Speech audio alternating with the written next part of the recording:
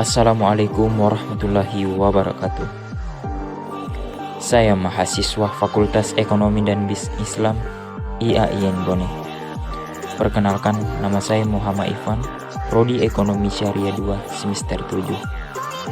Di mana dalam video ini saya akan menjelaskan materi mata kuliah Ekonomi Moneter Islam. Inilah video persentase dari saya.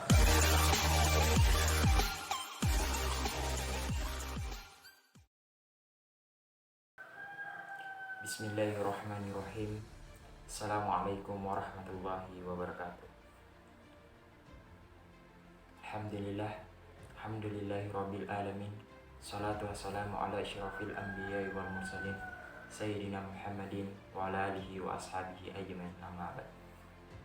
Rabbi syrah li sadri wa yassir li amri wahlul 'uqdatam min lisani yafqahu qawli.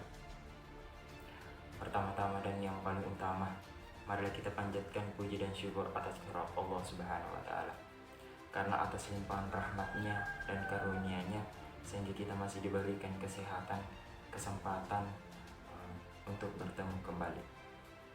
Salawat dan salam tak lupa pula kita curahkan kepada junjungan kita Nabi besar Muhammad SAW, Nabi yang mulia yang selalu kita agung-agungkan namanya, yang selalu kita sebut-sebut namanya, Nabi yang menjadi referensi bagi kita untuk melaksanakan aktivitas setiap hari, dan Nabi yang menjadi pelopor ekonomi Islam sekaligus menjadi suri teladan kita dalam aspek pembangunan ekonomi. Baik, di dalam video ini merupakan salah satu tugas ujian akhir semester salah satu dosen Fakultas Ekonomi dan Bisnis Islam, yaitu Bapak Dr. Syafarudin SAG MSI. Jadi sebelumnya saya izin perkenalkan terlebih dahulu. Perkenalkan, nama saya Muhammad Ivan, Prodi Ekonomi Syariah 2 semester 7, program studi Ekonomi Syariah. Dalam video ini saya akan menjelaskan ledakan ekonomi pasca COVID-19. Ini merupakan sebuah fenomena yang terjadi mengakibatkan sebuah perubahan yang besar, mengakibatkan perubahan yang cepat. Seperti halnya kita melihat pendapatan dan lapangan pekerjaan, terjadi kenaikan, perubahan, serta pertumbuhan. Pada masa COVID-19 yang melanda kita, di mana di seluruh dunia, terkhusus di Indonesia itu sendiri, segala aktivitas masyarakat terhambat, sehingga mengakibatkan sebuah dampak, baik itu dampak positif maupun dampak negatif bagi seseorang. Jadi di sini saya akan mengangkat sebuah tema, yaitu ledakan kreativitas. Jadi ini sangat penting kita ketahui bahwa di mana seseorang telah mengalami yang namanya masa sulit, di mana seseorang tidak bisa beraktivitas penuh di luar ruangan, artinya di mana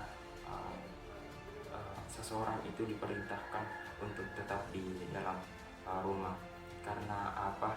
Untuk mengatasi penyebaran dari COVID-19 ini. Namun di mana keadaan seperti ini justru seseorang atau manusia lebih berikhtiar, artinya dia lebih berusaha untuk menciptakan ide-ide yang baru, ide-ide yang kreatif. Jadi di mana saya akan menjelaskan berbagai ide-ide kreativitas seseorang pada masa COVID-19.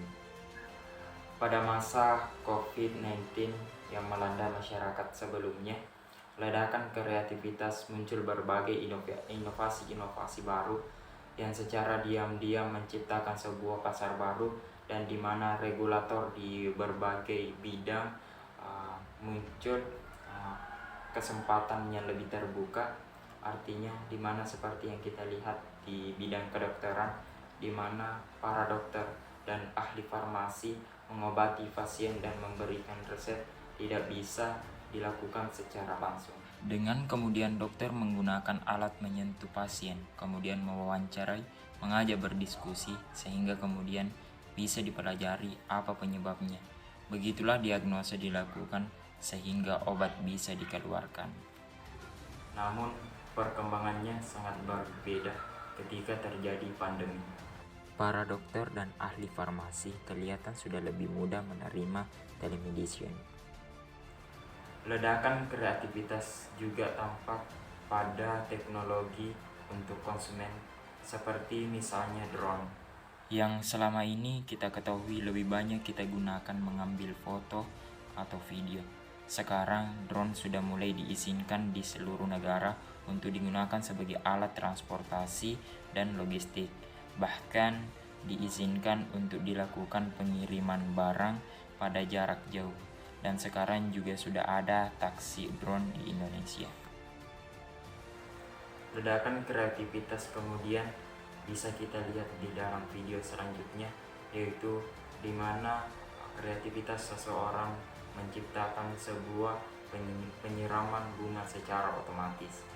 Self-watering ini merupakan pot yang memiliki kelebihan untuk mengisi air sendiri dan kemudian tidak perlu disimpan di bawah terik matahari sehingga bisa disimpan di dalam rumah karena sudah ada pencahayaannya yang bisa diatur.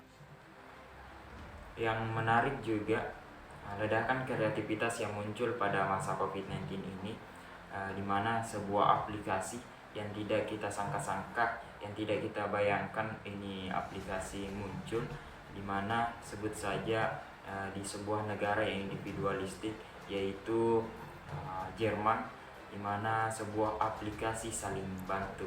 Jadi kalau seseorang memiliki satu kebutuhan dan dia tidak bisa melakukannya, dia bisa melakukan dengan meminta bantuan pada komunitas melalui aplikasi tersebut. Kemudian kesulitan yang terjadi oleh seorang musisi, di mana awal-awal pandemi COVID-19 ini para musisi banyak menyuarakan kesulitan mereka, keresahan mereka dengan adanya virus tersebut COVID-19 ini. Artinya di mana mereka ingin karyanya dipublikasikan, dilihat kepada para penonton, kepada para audiens. Namun dengan kesulitan ini muncullah sebuah ledakan kreativitas yang diciptakan oleh seseorang, yaitu kolaboratif musik. Dan ternyata penggemarnya cukup banyak. Ini merupakan apps untuk musik bersama, termasuk melakukan live konser. Dan kata mereka, yang menonton sensasinya memang berbeda dengan hanya mendengar musik ketika mendengarkan di sebuah aplikasi. Dalam kebugaran jasmani, muncul juga sebuah aplikasi yang membantu masyarakat atau membantu seseorang untuk tetap berolahraga di dalam rumah. Artinya membantu seseorang tersebut tetap menjalankan sebuah olahraga di dalam rumah itu sendiri. Ini adalah aplikasi jam yang dilengkapi kaca interaktif di depannya yang dikeluarkan sebuah lembaga yang bernama The Mirror. Lalu si pengguna bisa langsung melihat gerakan-gerakan yang bisa diikuti. Kemudian juga treadmill portable yang bisa dibawa kemana-mana. Tidak lain tiada bukan karena sekarang banyak orang yang takut pergi jam karena terdapat banyak orang.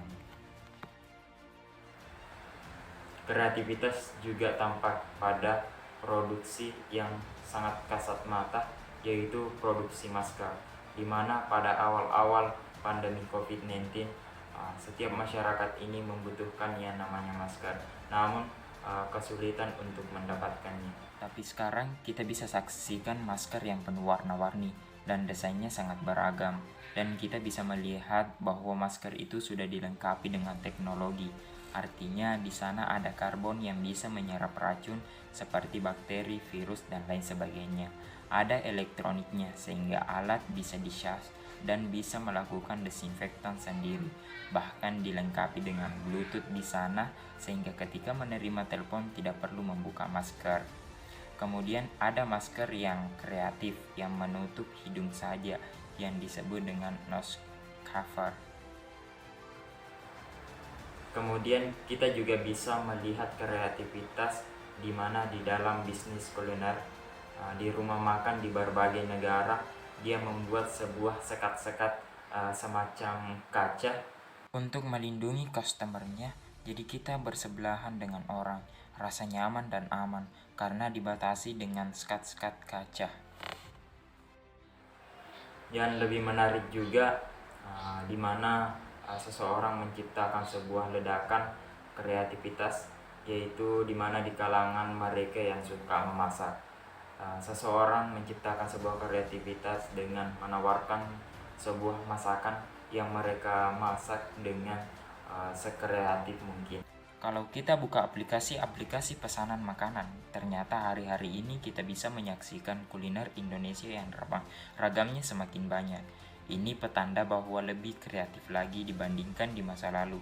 Seperti sekarang ini, kita bisa menikmati paket barbecue di rumah tanpa harus memiliki alatnya. Kita bisa menemukan penelusuran pada masa pandemi meningkat sebesar 140%. Kemudian melalui penelusuran Google Search untuk makan di mobil ternyata juga meningkat 35%.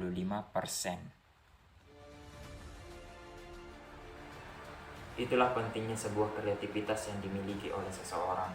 Bahwasanya dengan kreativitas yang dimiliki seseorang tentunya akan mampu menciptakan sebuah ide-ide yang baru, sebuah ide-ide yang bermanfaat, dan tentunya ini bermanfaat bagi semua orang dan tentunya bagi kita sendiri.